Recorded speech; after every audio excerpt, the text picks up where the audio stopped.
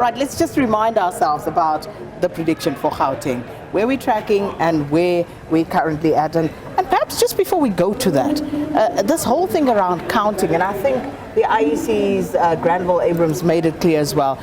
South Africa, there's no counting taking place anymore. So all done. All the counting is done. What they are now doing is just the checks and balances to make sure that everything is captured correctly. And once it is captured, it will appear on the national board here behind us. And yes, and remember, so the count was done, all the voting slips, all the result slips were completed. Those have all been sent to be scanned, and then once all of that has happened, then they are captured onto the system. And then and there's a check then to make sure that they're captured correctly. And then once they're on the system, Grant Thornton and the consortium of auditors, they then check that the results are correct, and they check the result that's been captured against the slips and all of those things. And only once that is done do the results then come up on screen.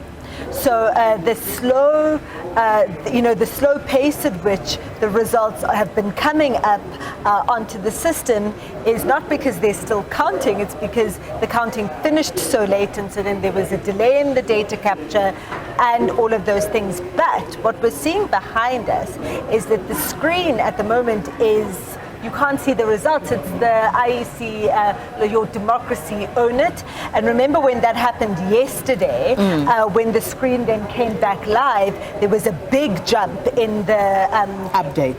There was a big update. Yes. And so it's possible that that's what we're going to get. We don't know.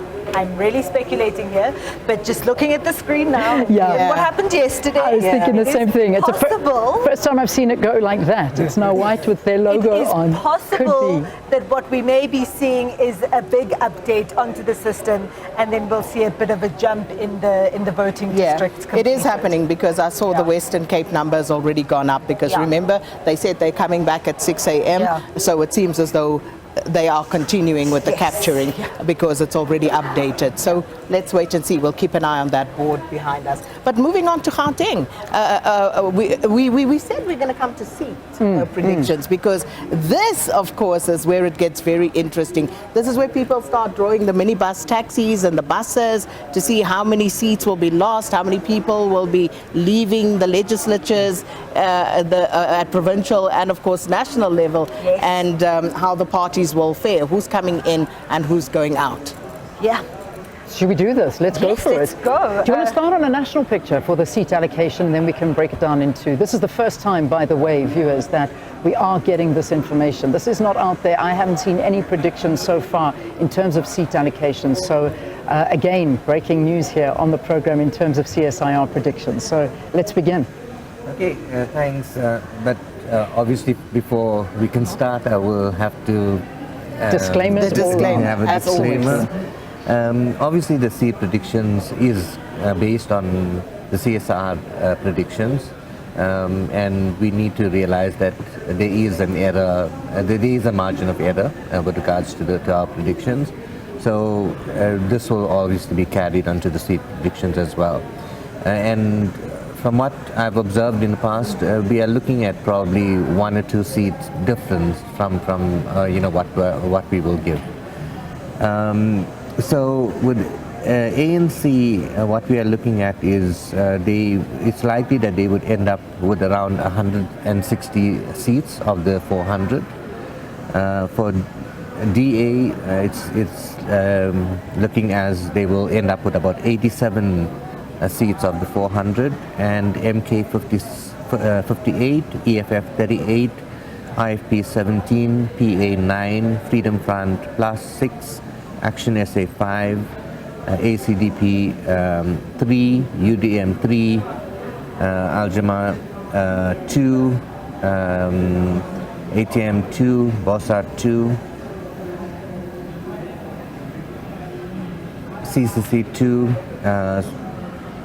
PAC 2, RISE 2, GOOD 1, UTA 1.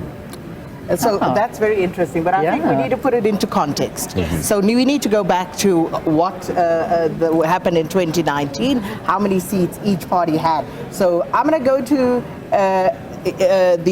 in fact, Prof, you start us off with the ANC. We'll go party by party, and I will give what they had in 2019, and you'll give us the new prediction, just for people to get a sense. It's important to know the difference. Can I just say something before we get there? Is that the seat allocation is being done on the base of both the national ballot and the regional ballot. So it's the combined ballots, and then a quota is drawn up of how many seats you need how many votes you need in order to get a seat in the National Assembly, and then those seats are allocated, and then what's left over, basically the remainders of all the different parties, are then used to allocate the remaining seats.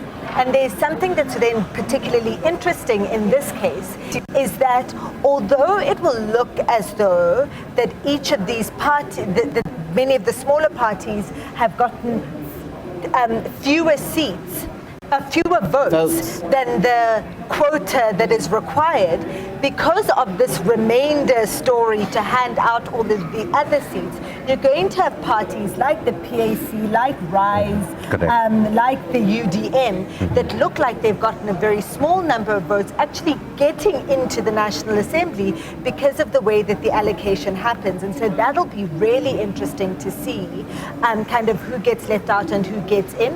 And the second thing is that we're likely to have 18 parties in the National Assembly this year. Up from 14. Wow. Up from 14. So yes. Now, if you look at 2019... Very interesting, and I'm glad you touched on the regional vote and how this now comes into play. But I'll tell you what, let's take a quick break so that we don't have to break it up once we look at how many people are going to leave from each party and how many new ones are coming in. So please stay with us, and this of course is the answer. For the first time, we're going to give you a prediction on the number of seats that each party is likely to get. Stay with us here on Morning Live.